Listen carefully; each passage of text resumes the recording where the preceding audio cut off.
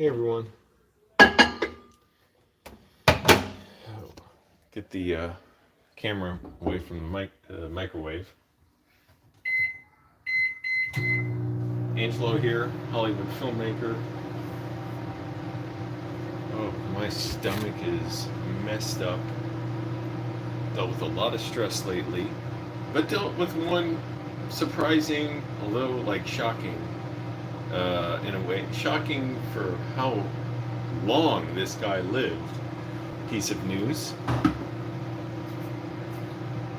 my stomach. I have not been. I've been so stressed lately. So, what am I doing? I went to sleep. I was so dead tired. I went to sleep at like 6 o'clock last night.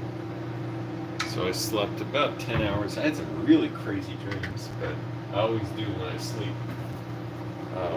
Long hours. Welcome everyone. Come on in.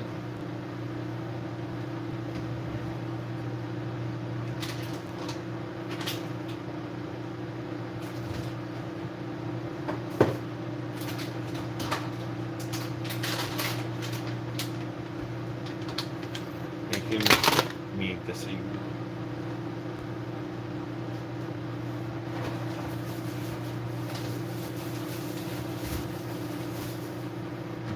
I've been struggling with my weight lately, eating right, stress, and all that. And it's more than just wanting to eat stuff that tastes good. My body is like screaming for nutrition. I'm not recovering well. I'm way too stressed, and so my body can't properly recover from workouts. It's really painful. But trying to get through it. Part of it is just talking. Part of it is big surprise. William Wagner is no more. That disgusting creep. I hate even showing his face on this stream, but there he is.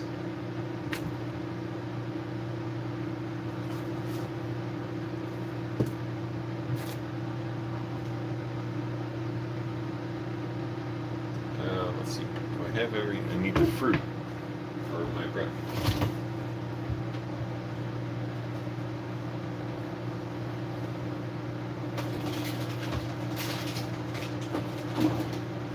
Man, stomach for real. Oh, and the milk.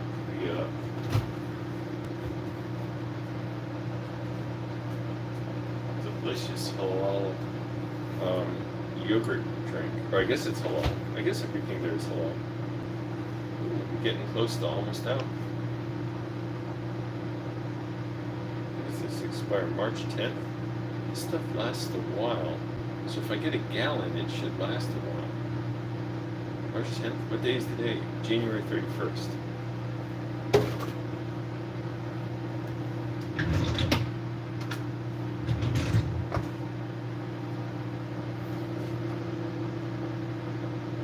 Yep, March 10th. And so this stuff will last a while. So that's the problem with getting milk is, it goes bad quickly. But this stuff, no.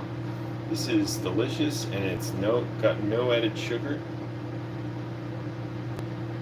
And I make my oatmeal with this.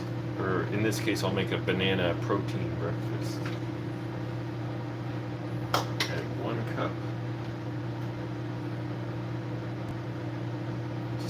Added sugars to stuff. Like, why even add 1 gram of added sugar? So it's not going to make any difference with the flavor, or virtually no difference. It's just you want to add some poison to help people get a little bit hooked. And your swill, your garbage. No, it's like, come on, that's poison.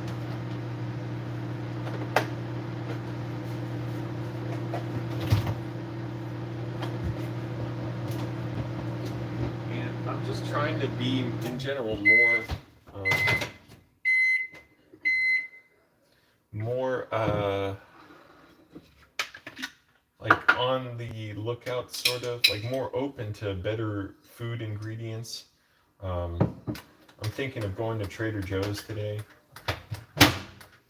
ride my bike there, lock it up outside. That's always risky, but I think it would be relatively safe. Um, so also, I'll go to that halal place again, and Bangladeshi store, and I want to get some more of that yogurt drink there. This stuff's awesome. It's basically cultured milk with a mint flavor, and see if there's anything else I should get. But I don't want to just resort to food for, like, my outlet for stress. My outlet for stress has to be being well, connecting with my body, my emotions. I guess I'll get into that story a little bit of what am I talking about with the title of my video. Pretty self-explanatory. William Wagner, a disgusting creep who was living a double life, was 89 when I lived with him.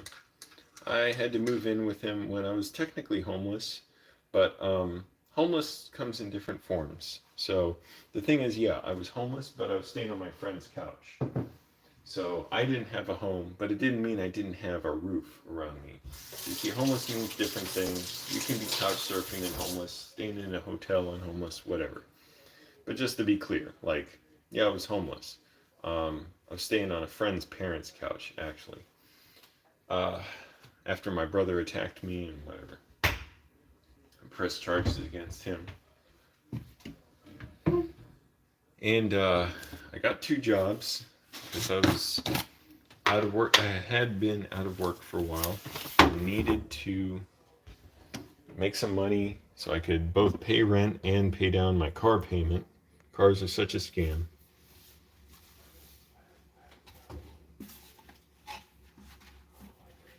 And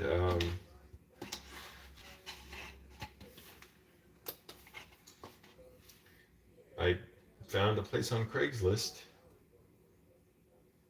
on Salem Road in Falls Church. I believe it was Salem Road. For $450 a month. I'm like, well, that's a damn good deal. Talked to the guy. He said he's a pastor. I'm pretty sure he told me. I don't remember what else we talked about on the phone. I went up there, and there's old William Wagner, that old creep, standing at the door staring at me. I'm totally serious. Pulled up to his house, and he's like, I have just 2 words for you. Welcome home.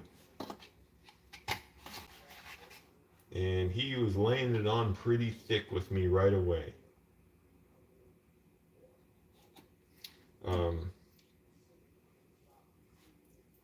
Telling me he thought God wanted me to be there.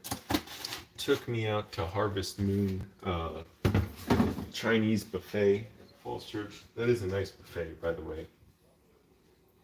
The parking, the driving there, god awful, horrendous. Graham Road and Route 50, absolute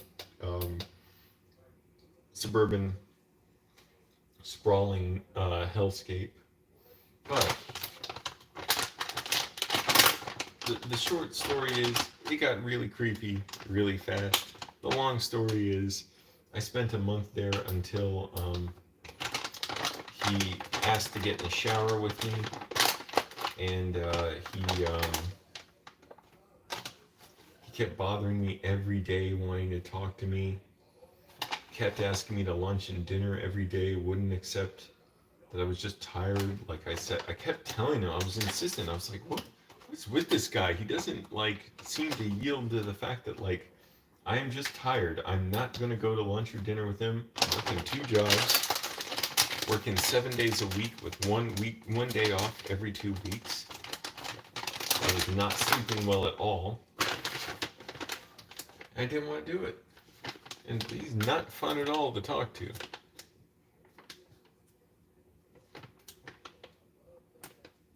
And he would stare at me and leer at me, and then he had me help him. I should have absolutely said no. That would have been so funny. Help him set up his, he called it a koresh. I never heard that before, I don't think. It's a nativity scene, basically. On his balcony on the 2nd floor, going out through his office.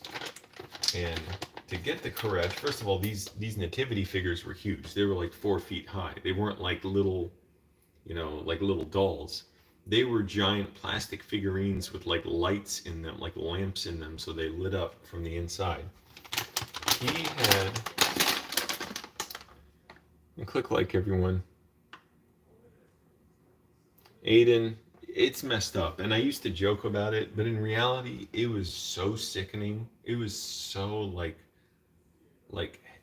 disgusting, and traumatizing. And in his case, why do it? Well, the deep why, who knows why people do sick stuff. But in his case, he was the most homophobic man I've ever met. I always want to say homophobic. Homophobic man I've ever met. He was sick, like disgusting. What I learned, by the way, I was looking up stuff like about people like this. Jesse Lee Peterson is hugely homophobic, and he might be gay. And I'll just say, like, nothing wrong with being gay. I don't care. Like, that's the thing. If you're gay, just be gay. Like, that's it. It's sad is somebody living a double life, lying about it, hating it, hiding it, and then old William Wagner went a step, not a step. He went a uh, whole, I don't know what you call it, a whole leap beyond just. No, it has nothing. It's a different issue. I don't even like associating, which is he was some kind of sexual abuser. He was a creep. He was 89 years old. Where does this man get all this horny energy at that age? I was like 28. For him to be that age and like brazen, asked if he could get in the shower with me, and I yelled no. And he's like, I'm just kidding. While I was standing outside the bathroom, getting ready to go in to shower. When did this happen to you? Not when I was staying in my car. I was living with it. Oh, so okay, I didn't explain the whole situation really, like to make really clear, like, well, why was I living with him? What was going on? Short of it is, I was there was a lot like sort of led to this, but I was sick for 9 months in 2012 to 13 with DPDR. Didn't know what it was, so I wasn't working and stuff. Got better somewhat, and I was well enough to work and function and stuff. So I started working. My dad had fallen down or something, injured himself. He was sick. I was taking care of him. My asshole brother, the Trump-loving racist brother with the rage problem, he was home furloughed from like some kind of government contracting work or something he was doing while I was home. Basically, he attacked me then because I was making vegetable juice. Well, he didn't attack me. I made vegetable juice for my dad, and I would leave the juicer out while I made him drink the juice, and I would get him a coffee and donut, make him breakfast, all that stuff. He didn't like the juicer was out, so and it was dirty, so he put it out in the backyard. I confronted him. He attacked me, punched me, jumped on my back, choked me. I grabbed his nuts, squeezed them. I crushed his glasses in his hand. He was whining about it too. He's like, "Don't do that." He's like, "You broke my fucking glasses." Like, yeah, fuck you too. I can't even say fuck you. It's like it's too pathetic to respond to. Just a pathetic person. Anyways, so I pressed charges against him. I knew I'd have to leave then, like right then. For one thing, my mom probably wouldn't want to let me stay. My brother, Michael, he wouldn't want to let me stay, and I know he didn't because even after he was convicted and on probation, he tried intimidating me. I called his probation officer, told her about it. She's like, "Oh, he can't do that. He was just trying to mean mug stare at me." And he said, "You shouldn't be here." I said, I don't think I said anything. But anyway, so I stayed with a friend on his parents' couch for a month. He lived with his parents.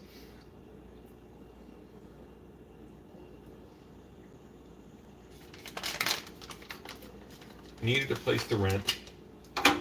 Finally, I got 2 jobs. I was working at 2 different bars as a bouncer. And I looked on Craigslist, found a cheap place to stay. And that's how William Wagner got me.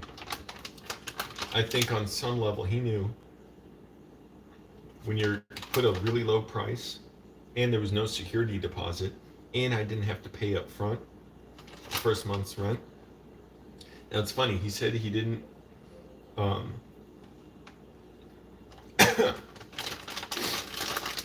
charge a security deposit because he said, you know, he was 89. He's like, I don't know if I'll be alive when you move out. He just expected he was old. This guy died at 97 last May. So 2013, I moved in with him December. And he just, what can I say, just a disgusting creep. I couldn't believe it. You know, once in a while over the years, I'd look him up because I'd be like, he's got to be dead now, right? Like, he was so old, but he was in really good shape. Really energetic, annoying as all hell. A lot of really annoying, creepy energy. Maybe he was taking testosterone. No, I think it was just that wild, nutty, like, compulsion to act out.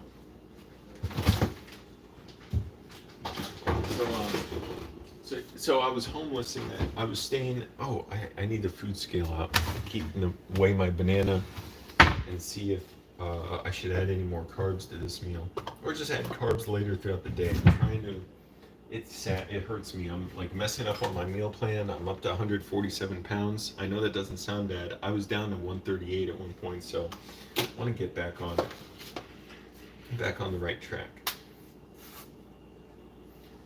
So I was, yeah, homeless, and here's the thing, like, he knew he was going to be able to take advantage of some young guy because he set the price so low. He'd get someone who's desperate, and that's exactly what he got, me. Desperate for a place to stay. Didn't want to stay on my friend's couch. It wasn't a bad arrangement, I just wanted my own place. And so he let me move in without paying up front. I just paid as the weeks went on. I only stayed there for a month because I was by the end, I had such contempt for him. Like, it was so horrifying how uncomfortable he made me. I forgot just how much I hated being there. Because again, like, for a while I just joked about it, like, oh, you know, he was a creep, but it was traumatizing. And yeah, basically, short of it is, he kept getting more and more brazen about hitting on me. He was the most homophobic man I ever met. He said his son, he brought this up out of nowhere. Like, how his, I forget if he mentioned one part before or one part later, like at the dinner at Harvest Moon, or the lunch at Harvest Moon. He was so annoying. I didn't even want free meals from him. He kept asking me if I wanted to go to lunch or dinner with him every day. He said his son, it was so, like, this guy is old as shit. In the 1950s, his son was gay. And so he put his son in the hospital to try and make him straight. I was having lunch with this guy. I'm like, what?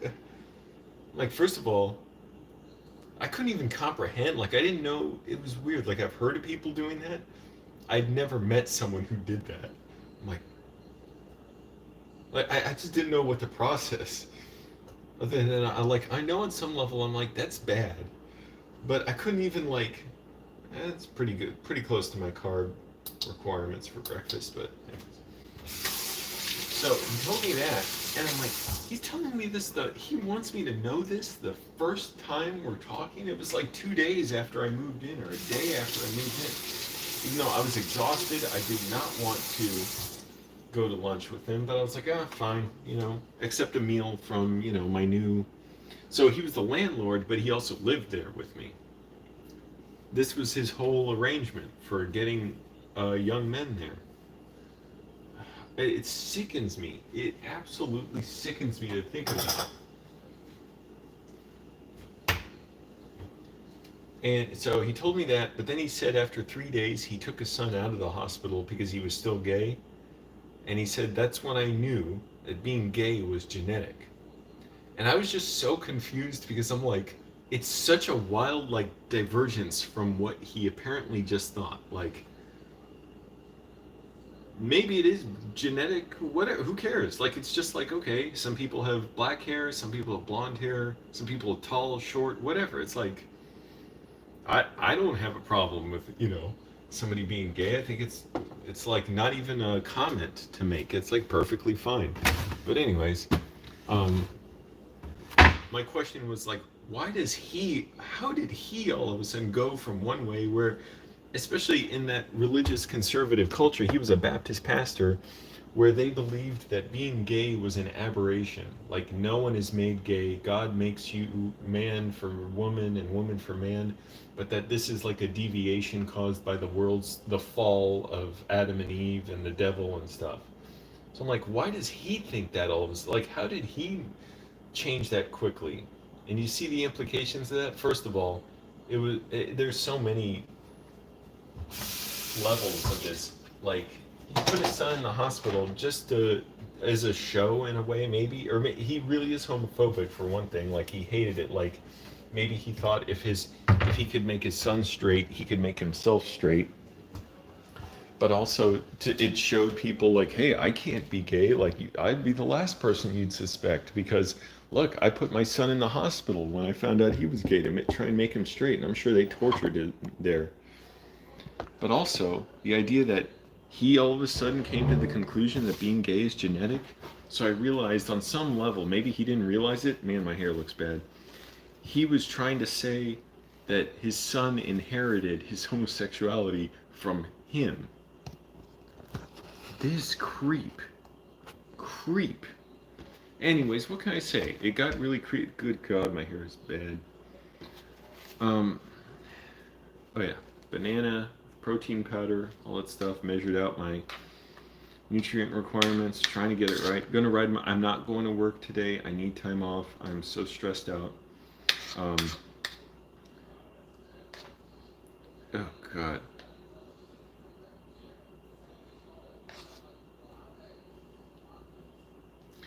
Um, well, I needed time out now. I have a doctor's appointment today. And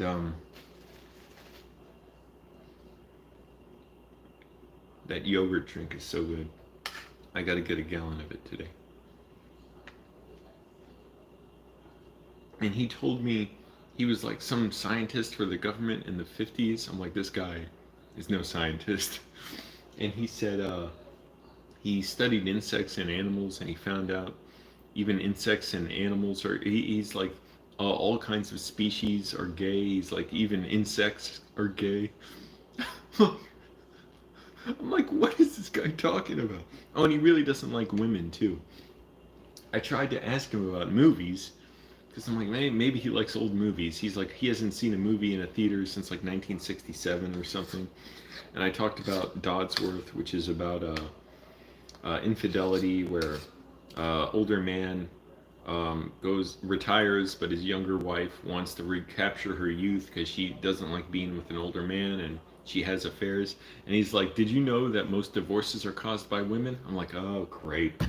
Like, he cannot help it. Doesn't like women, really, really fixated on everything being gay.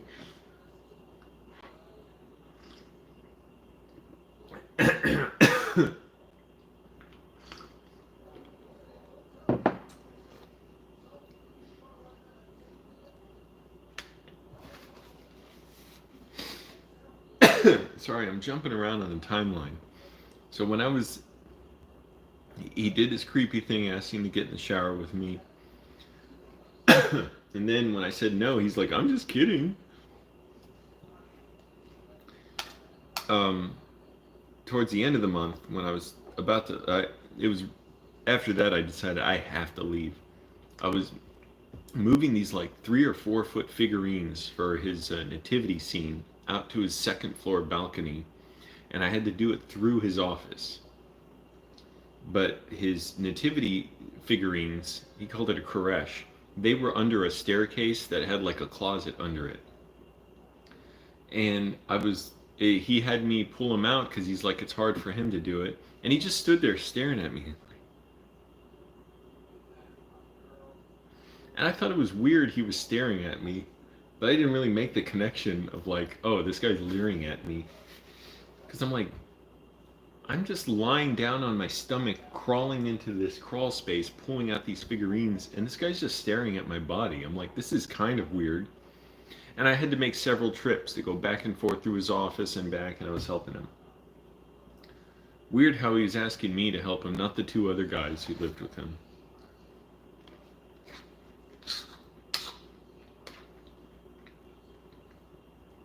And he said he got along with me better than them, and how God wanted me to be there.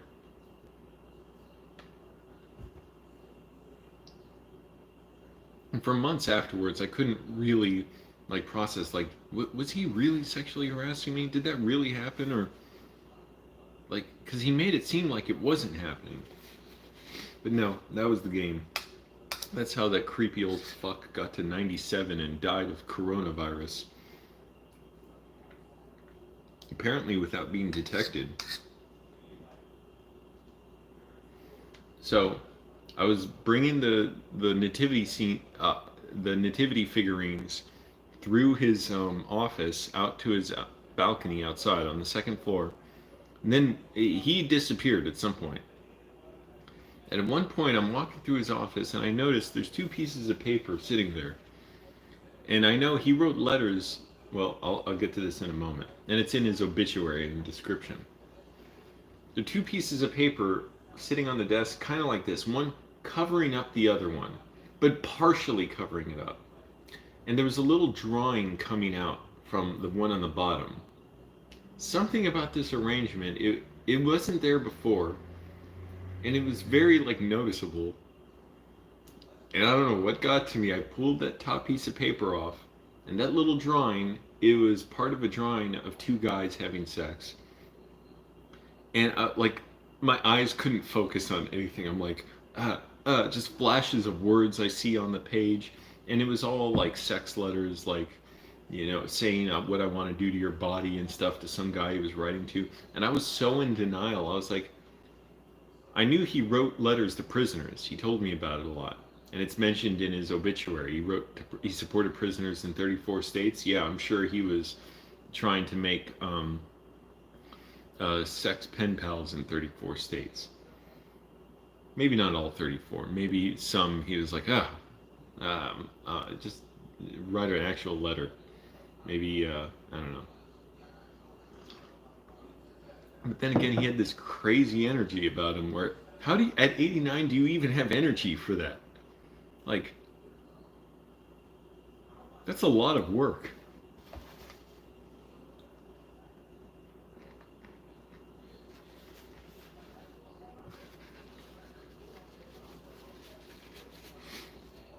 A lot of times when I'm out, I just want people to leave me alone. Actually, I'm very sociable when I'm out, but... So I'm like, this is probably a letter to a prisoner. But in my head, I was like, well, maybe he has this letter from this prisoner because the prisoner is confessing their sins. Again, to me, it's not a sin to just want to be with a guy if you're a guy, but I'm like, maybe he's taking these letters from prisoners to counsel them and to tell them not to do that, to be that way, which wouldn't have been a good arrangement either. That would have been really creepy, but anyways, I'm just saying, like, I was in such denial that he left it out for me to see. I'm like, this guy's a liar. Because think about it, if I confronted him and said I saw that and I don't appreciate it, he would be in a perfect position to set up that, like, oh, he's going to be angry if I say that. Angelo, I told you I put my son in the hospital because he's gay. I told you I was kidding about the shower. He would have a cover story like what I said. And then I noticed on the wall in his office, he had a library on the wall, just like this, like just a bunch of books stacked up there. Man, this shirt's not situated right. Oh, my stomach. All these books about like gay theology and being a pastor to a gay congregation and all that stuff. And that's what like kind of pushed me over the edge. Like, oh, he's probably gay. Living a very lonely double life. So sad that he's 89 and he's lived this lie his whole life. He's had the secret, and he's sexually harassing me. He's hitting on me, not hitting on me, sexually harassing. You can hit on someone, you put yourself out there. If you're rejected, well, maybe unwanted attention, and maybe flattering, depends, but that's not necessarily sexual harassment. This guy is sexually harassing me and trying to get pressure on me in this sick, twisted game where he can pretend it's not a part of his identity. He can pretend like it's not sexual or he's not gay if I'm the one who initiates anything sexual with him because I got the hint. And anyways, creepy, creepy man. I cannot believe he made it to 97. I just looked him up yesterday because I was like, what? Like I was just curious. When did this guy die? Like he had an obituary at some point, right? Well, he died last May, 97 years old, and he only got cut down because of coronavirus. In other words, this guy was living on. If it wasn't for COVID,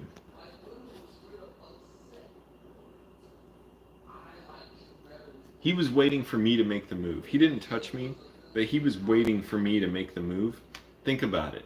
It's a way of him pushing me, like psychologically, like guiding me into thinking, oh, okay, Angelo, you like it's guiding me to where the only thing apparent that he was trying to signal to me is he wanted sex, and he couldn't admit it, and it would have been wrong if he did it. It's that idea of like, oh, like you're a virgin as long as you just don't have like straight sex, but you can do all this other stuff and you're a virgin. It's like all this twisted, warped mind games that Christians um, often instill in people as like loopholes for God's laws in his own identity.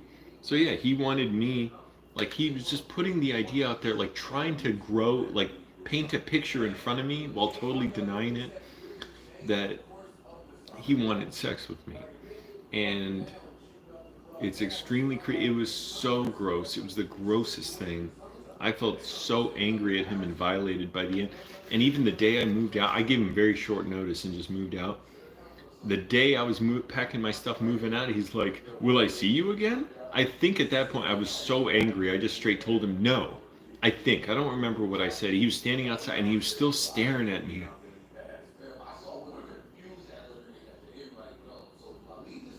As I drove away, I'm like, I hate this guy. I couldn't even lie. I think, or I don't remember exactly how I said it, what I said, but pretty sure. Like think about just how manipulative that is. And some people can do that, where it's like they're not going to tell you something they know that would be shocking or offensive to you. They'll just keep making it clear, like laying out the future, like putting out. It's called like a future pace, like giving you an image of the future, like here's what's going to happen if you do this, if you don't do this.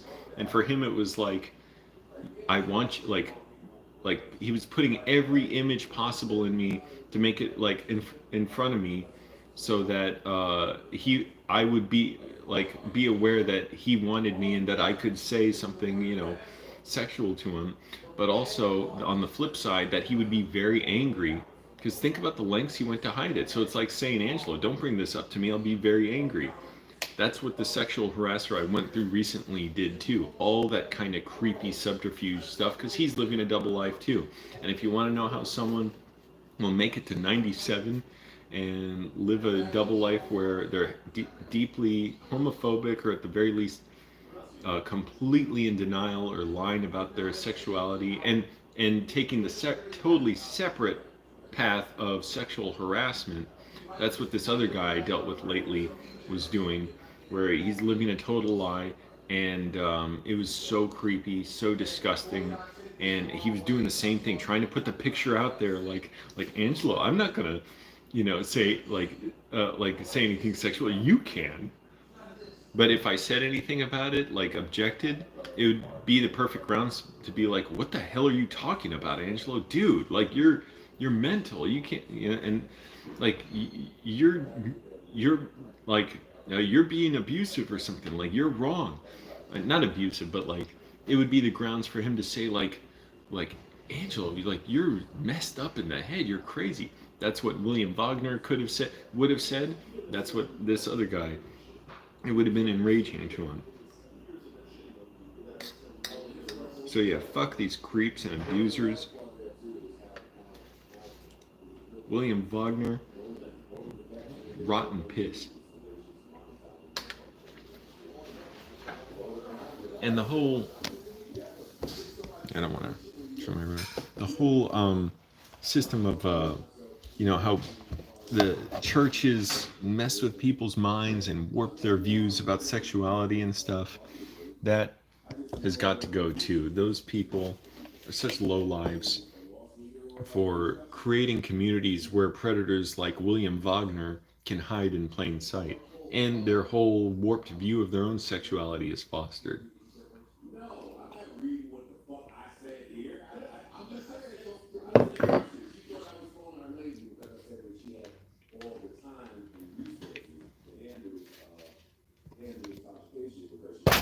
I mean, that creepo. Angelo, I believe God wanted you to be here. He's not anywhere now. I told my mom about this because she knew about this guy. It's kind of weird. Like, she's the one who essentially kicked me out, but she didn't make this guy harass me or anything. I told her about this guy, and then I told her he was dead and he died of COVID, and she said, "Good for COVID."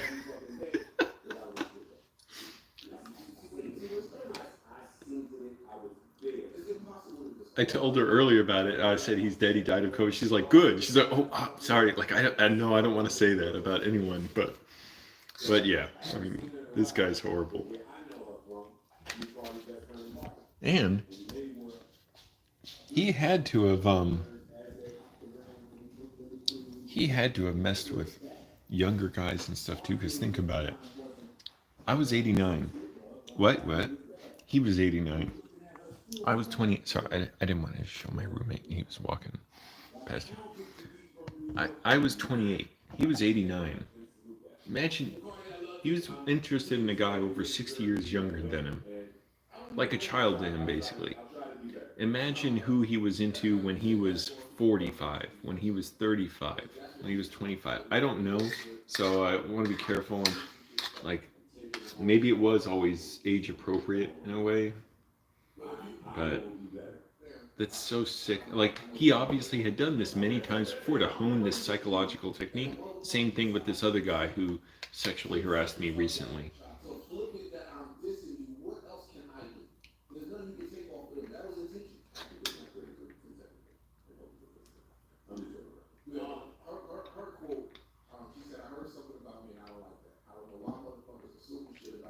And it's just kind of amazing, but not really, that like, wow, this guy gets a dignified obituary. Like, he was just in this sleepy little area of Virginia, completely undetected. But I know there's got to be other guys out there he did this to.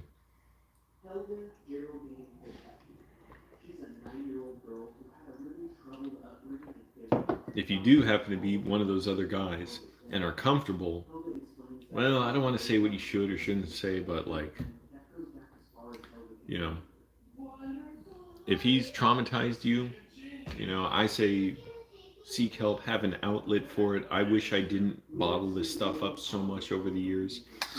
And on top of that, William Wagner picked me out because he could see, among other things, that I was in a desperate situation. I didn't tell him about where I moved from, all that stuff, I don't think, and how my brother attacked me and all that. But already the info's there is like, yeah, this guy needs a place for $450 a month. That's dirt cheap in Virginia at the time.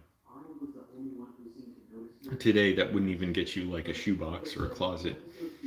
But dirt cheap. The fact that there was no security deposit, that I didn't have to pay up front. This guy knew I needed a place quick. He could tell, and so it made it easier to single me out, because it's like, oh, this guy clearly doesn't have support here, doesn't really have strong roots, doesn't have a strong support network.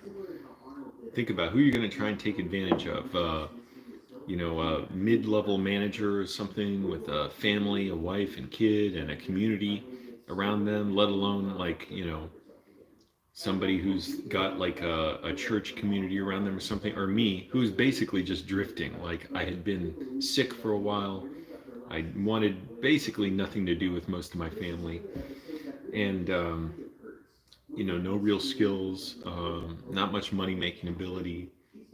Obviously, to get in my position too, I had a lot of problems, had a lot of troubles. It's like, yeah, the homeless guy, me, was easier to pick on. Something about this other guy who sexually harassed me, he could see that too. He would only do this stuff when we were private. He wouldn't do it in front of others. A guy, for those who don't know, sexually harassed me for 6 months last year. It was a living hell. It was absolutely, and he did it in the same manipulative, like it was nothing about him expressing interest to me, like showing any kind of mutual respect. It was like, even if I were to be interested, I had no option of giving consent because the way he did it, it was all manipulative and creepy and pushy and all about how he's in love with himself, but his power over his own secret and stuff. And he's just sick and disgusting. And I realized, yeah, these people exist. And he could see how uncomfortable he made me. And I think that was good for him because he would move on from someone who's just like, what are you doing? Stop that. I'm not playing around like that, whatever it is.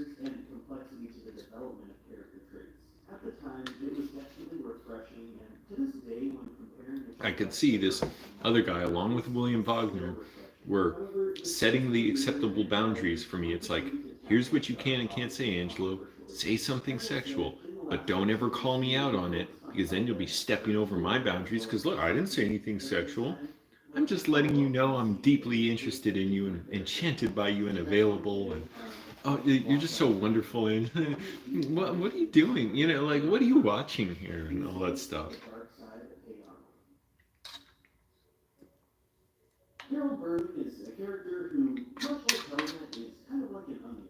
He has many layers of complexity that attribute to him being the way that he is. Sure, it might not be as complex as Helga's onion is. And it just, especially with this last guy, because he did it for 6 months, it was a living hell. And it still wrecks me so much. I'm going to a therapist and I'm trying to do stuff to be well. It's just going to take a lot of time to get better. It's very painful.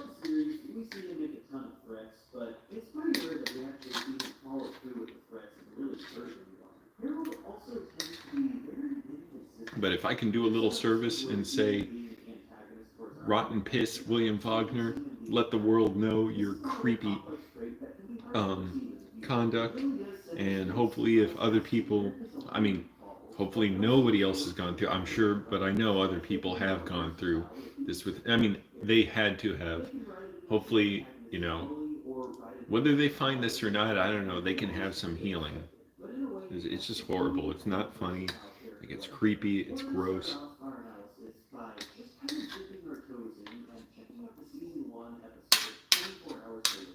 And it's a little bit, not a little bit, it's very emblematic of a lot of churches. I can't wrap my mind around these sick creeps. Like these churches that put such bizarre emphasis on their rules and conservative values and tangled up all about, the only acceptable gender identities, the only acceptable sexualities. It's like, yeah, go to hell, you bunch of creepy weirdos.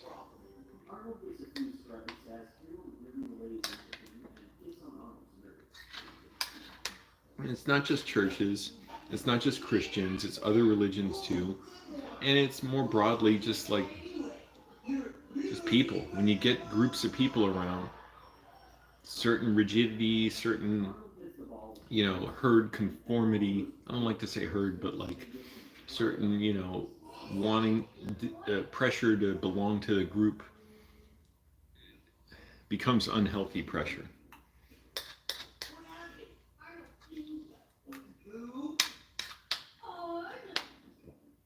But Christianity, it definitely has not been a helpful thing in that regard. I think it's just obvious. Look at the stories. Everybody knows.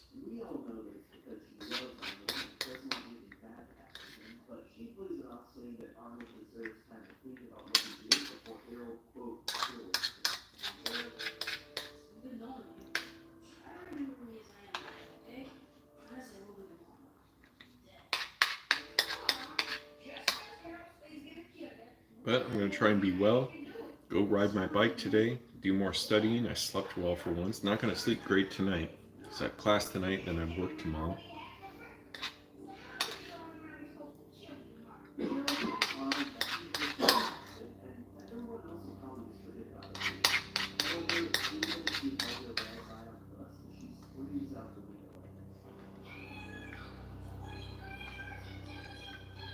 I'm just amazed that guy lived to 80 or 97. I thought for sure he would have died earlier. And then what got him? Coronavirus. In other words, this guy could have lived another 5 or 10 years if it wasn't for COVID.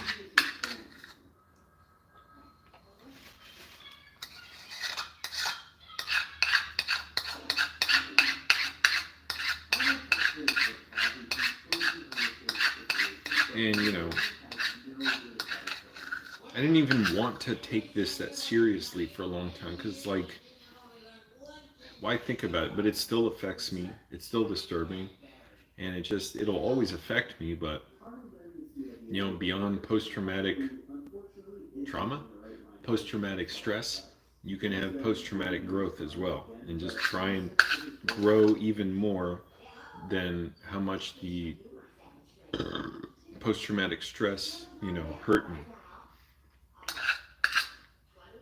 Same with this other monstrous creep from last year who sexually harassed me.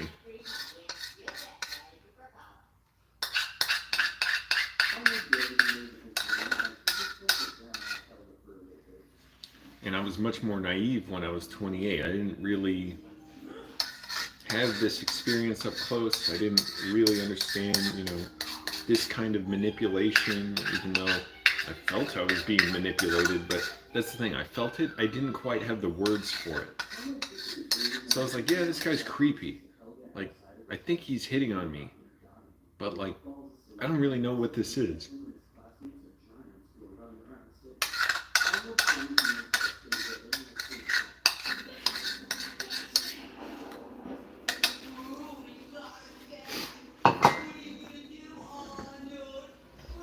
I'm gonna go on a victory bike ride this morning. Not because victory because he died. That's not a victory. Just victory, like being well. That I'm well. I'm alive. You know, I've got a lot of things to celebrate and look forward to. Being in LA is the greatest thing for me. I'm very excited by this too. My mom has really like something changed in her where she's more motivated. She wants to not only improve herself more, because she can be very negative, like thinking, oh, things will never change for me, like there's no point in trying certain things. I'm not going to be successful, whatever that means, not just financially. She told me, she's like, Angelo, I need a change. Like, I need change. And at first I didn't know I thought I was saying, do you need money? Like, what are you saying? She's like, no, she wants to come to LA to visit here. And she's always wanted to, but it would have just been like, okay, visit when you can, no big deal. She's tired of being in Virginia. She told me that. She's like tired of the same thing there. And I think everything I'm saying, all these bits of data, like, being transmitted over the phone to her when I talk to her, kind of influence her add up in a while to be empowering to where she's like, there's a lot of excitement in LA. And of course, she wants to visit me. And she was talking about her plans. Like, Angelo, I could come there. I don't know what your kitchen's like, but I could make some recipes. We could make some videos. We could go out. She's like, I want to figure out how I can come visit this summer because she's got to be off from her job. She works at a school cafeteria. So on the summer break, she wants to come here. I'm like, yeah, that's good. Start working for that now. Meaning, like, save money, be well, be healthy, all that stuff. I mean, I wish travel was cheaper. I wish it was more environmentally sound. And to me, it'd be great if she could take a high-speed train. Yeah, I know it still wouldn't be as fast as a plane. So maybe a plane across the country would still be more feasible. But definitely for me, If I could, I would take a train over a plane. Now, Amtrak, that's different because that would take like 5 days to get to Virginia. So maybe not. I would still like to try it sometime. I need a proper vacation at some point. I never thought I'd say that because to me, I like working, but I need an actual vacation. All the stress that's wearing on my body, it just catches up to me.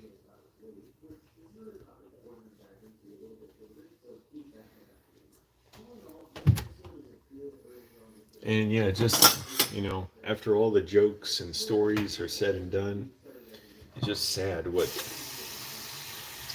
predators like William Wagner uh, put me through and put people through.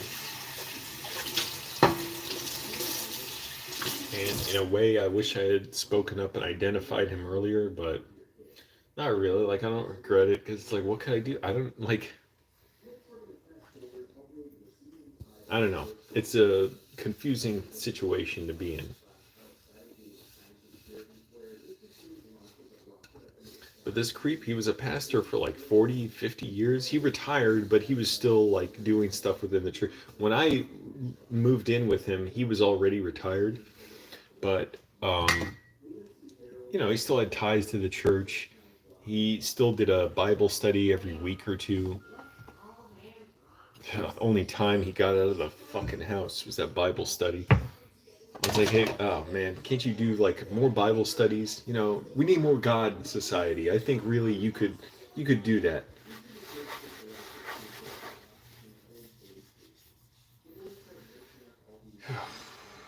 But yeah, sick stuff. But for me, there's something about it, not the act itself that he did, all that creepy stuff, but in the recovery, the post abuse, post harassment time of like being enlightened and learning and growth, and it's like, okay, don't be in the dark about this stuff. I want to learn about it. So learn it, not necessarily about abusers like him necessarily, but like learn about what this is, what's going on in me, like how this affects me, and yeah, learning somewhat about people like him. It's weird. I don't want to learn about him, but or them, people like that, but learning more about the dynamics of abuse, what abuse is, and that helps to understand. Okay, like this doesn't have to be this all encompassing like dark shadowy thing in my life. It can be something I recover from, even if it'll always affect me.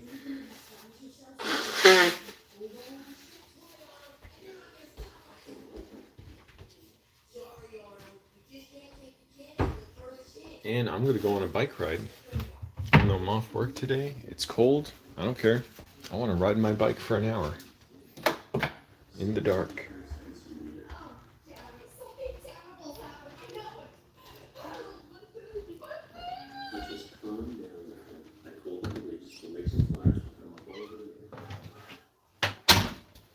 It is cold. It's alright, I'll heat myself up for my bike ride. I'm going to definitely put on some more layers on top of the layers I have.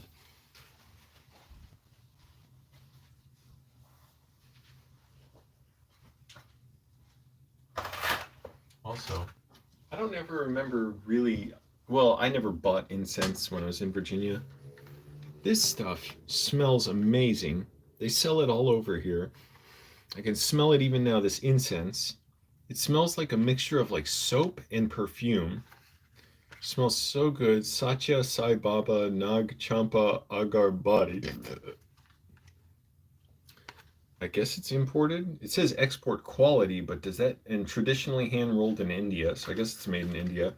They sell it all over. They sell it in liquor stores, convenience stores. So just incense. Ooh, it smells even fruitier and fresher. Here, I don't know how it can smell that good. I leave a stick in the bathroom for when I take a shit. And it's better than air freshener.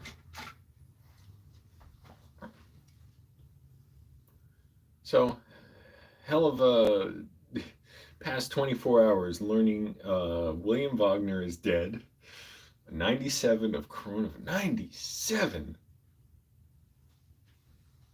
And I'm just determined to be well. And as painful as it can be, that's how hard I want to push to get better. So,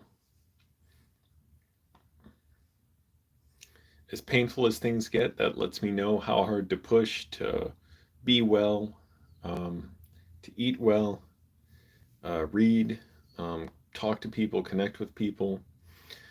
And I'm going to read more Sherlock Holmes today. I did a lot of studying for my writing yesterday to the point where it's kind of wearing on me. It's just like a lot. So I need little breaks in my activities, but anyways, and befriending my body, signaling to my body that I'm safe, that I'm well, focusing on what's around me, like the present, being grounded.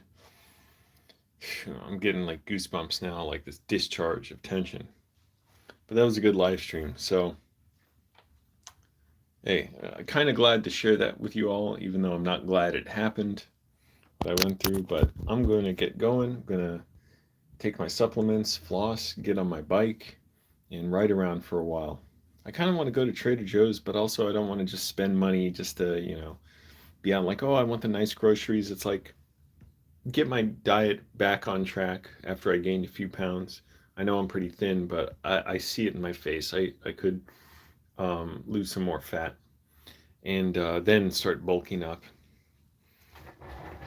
And, just my parting words out there for everyone. Try, it's not even like, be where you're at, I like this red accent right here. I got that from the Thinhao Temple. And that statue too. I like that guy more and more. At first I wasn't too enamored by it. I'm like, should I really have gotten that statue?